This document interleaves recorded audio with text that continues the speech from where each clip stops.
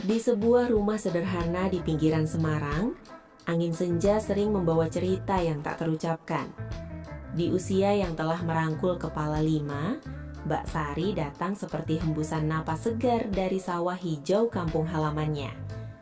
Bukan sekadar pembantu rumah tangga, dia adalah lukisan yang hidup, telaten seperti tarian angin di padi, ramah seperti sinar pagi yang menyapa daun-daun, dan menyimpan pesona yang tersembunyi bagai matahari terbenam di balik awan tipis.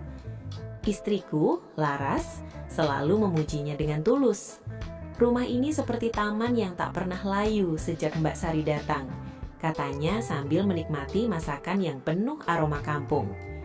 Rendang yang lembut seperti pelukan ibu, sambal yang menyala pelan seperti bara di tungku.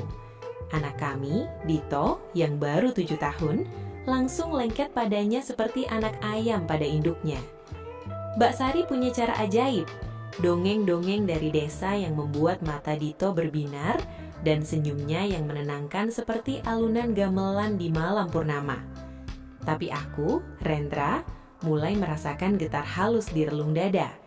Setiap pagi, saat dia menyapu halaman dengan daster longgar hadiah dari Laras, kain itu bagai sutra tipis yang menari mengikuti gerakannya.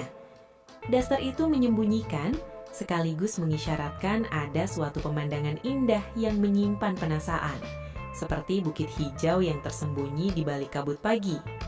Awalnya, aku menepis bayangan itu seperti daun kering yang jatuh dari pohon.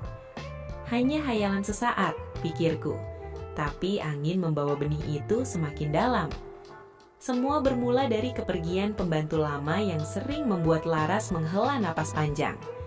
Kita cari yang baru, Ren, yang bisa jadi bagian keluarga, katanya suatu malam. Rekomendasi datang dari Pak Budi, bosku di kantor, dengan senyum misterius. Coba Mbak Sari, orangnya kalem, rajin sholat, rajin ngaji, dan bisa dipercaya. Dan begitulah dia tiba, dengan tas sederhana dan logat Jawa yang kental seperti madu kampung. 3 bulan berlalu seperti mimpi yang tenang. Mbak Sari menjadi bagian tak terpisahkan. Laras bahkan sering menyuruhku menemani dia ngobrol di teras saat malam mulai dingin. Biar Mbak Sari nggak kesepian, Ren, dia jauh dari keluarga, katanya sambil menguap. Obrolan kami mengalir seperti sungai kecil, dari cerita sawah yang luas, panen padi di bawah matahari terik, hingga rahasia kecil resep masakan dari ibunya. Matanya berbinar saat bercerita, seperti bintang yang muncul di langit gelap. Lalu datanglah hari yang mengubah segalanya. Laras dan Dito harus pergi ke kampung mertua selama 2 minggu. Ayah mertua sakit, Ren, kamu nggak bisa ikut karena cuti penuh, kata Laras sambil packing tas. Rumah menjadi lautan sepi.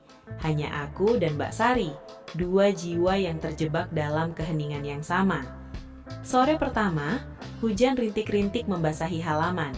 Aku duduk di teras belakang, merokok sambil menatap langit yang kelabu seperti hati yang gelisah.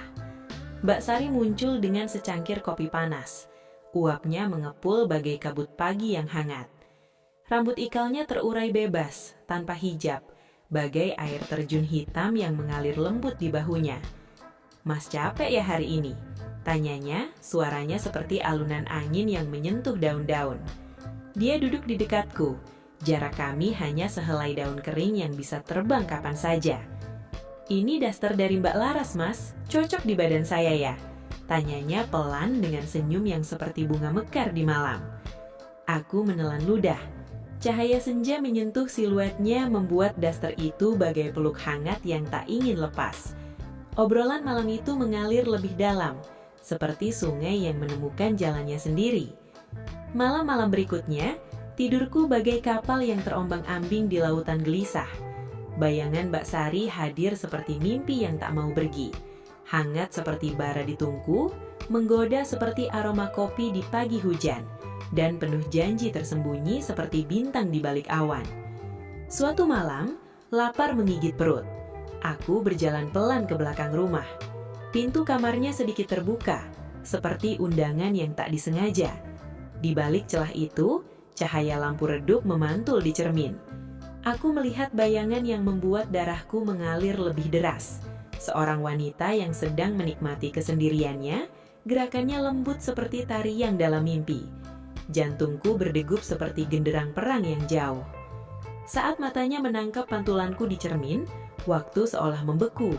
Dia mendekat pelan, wajahnya merona seperti matahari terbenam. "Mas, ada apa malam-malam?" bisiknya. Aku tak bisa menjawab dengan kata-kata. Namun jemawi-jemawi yang menariknya pelan ke satu pelukan. "Ini salah mas," katanya. Tapi suaranya gemetar seperti daun dihembus angin kencang. Malam itu, rumah sepi menjadi saksi bisu. Kita tenggelam dalam lautan perasaan yang selama ini terkubur. Kehangatan yang menjalar seperti api kecil di tengah malam dingin, irama napas yang saling menyatu bagai dua sungai yang bertemu, dan bara yang menyala pelan antara dua jiwa yang haus akan kebersamaan. Bukan ledakan besar, melainkan kehangatan yang terus membara dalam diam, penuh pengalaman dan kelembutan yang hanya dimengerti oleh waktu. Meski awalnya menolak, tapi nyatanya itu hanya malu-malu kucing. Sari akhirnya mengikuti irama yang sudah aku mulai dengan intro yang sendu. Jemuawinya perlahan bertamasya menuju sang pusaka Pablo.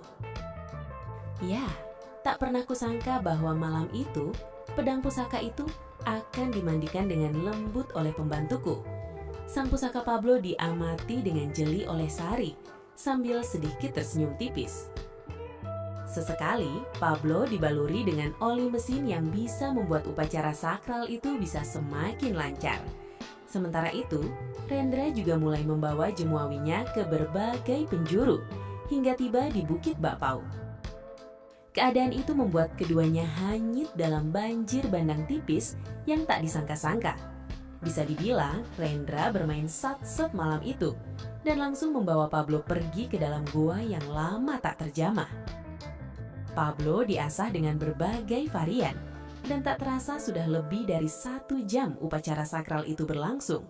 Sampai kemudian Rendra tiba lebih dulu di tujuan, dan memarkirkan sang pusaka Pablo tepat di titik yang telah disiapkan. Keesokan harinya, semuanya kembali seperti biasa. Dia menyapu halaman di bawah sinar pagi. Aku berangkat kerja dengan hati yang penuh rahasia. Tapi tatapan kami kini seperti kode yang hanya kami pahami. Janji yang tak terucapkan, api yang tersembunyi di balik dinding rumah tangga. Setiap malam selama Laras pergi, pertemuan itu berulang seperti irama yang tak pernah putus. Di dapur saat hujan deras menyembunyikan suara, di teras belakang di bawah bintang-bintang, atau di sudut-sudut rumah yang sepi. Mbak Sari mengajari aku tentang kelembutan yang dalam, seperti bagaimana angin bisa menyentuh daun tanpa merusaknya, atau bagaimana malam bisa menjadi tempat berlindung bagi rahasia. Ketika Laras dan Dito pulang, membawa oleh-oleh dan cerita dari kampung, permukaan kehidupan kembali tenang. Rumah kembali riuh dengan tawa Dito. Tapi di malam hari, saat dunia tertidur lelap, rahasia itu tetap hidup. Seperti sungai bawah tanah yang mengalir tenang, tak terlihat tapi selalu ada, memberi kehidupan pada tanah yang kering. Aku sering bertanya pada diri sendiri di cermin, apa yang kulakukan ini? Rasa bersalah datang seperti bayang gelap di siang bolong. Tapi godaan itu seperti kopi panas di malam hujan, terasa lebih nikmat karena kebersamaan yang tak seharusnya. Mbak Sari pernah berkata suatu malam, suaranya pelan seperti bisikan angin. "Ini cuma sementara, Mas. Jalani saja ya. Tapi ingat, api yang indah juga bisa membakar jika tak dijaga." Aku tahu, ini adalah api yang berbahaya. Suatu saat mungkin akan membakar segalanya. Keluarga, kepercayaan, bahkan diriku sendiri. Tapi untuk saat ini aku memilih menikmati bara itu, seperti secangkir kopi yang masih mengepul di tangan, hangat dan penuh makna.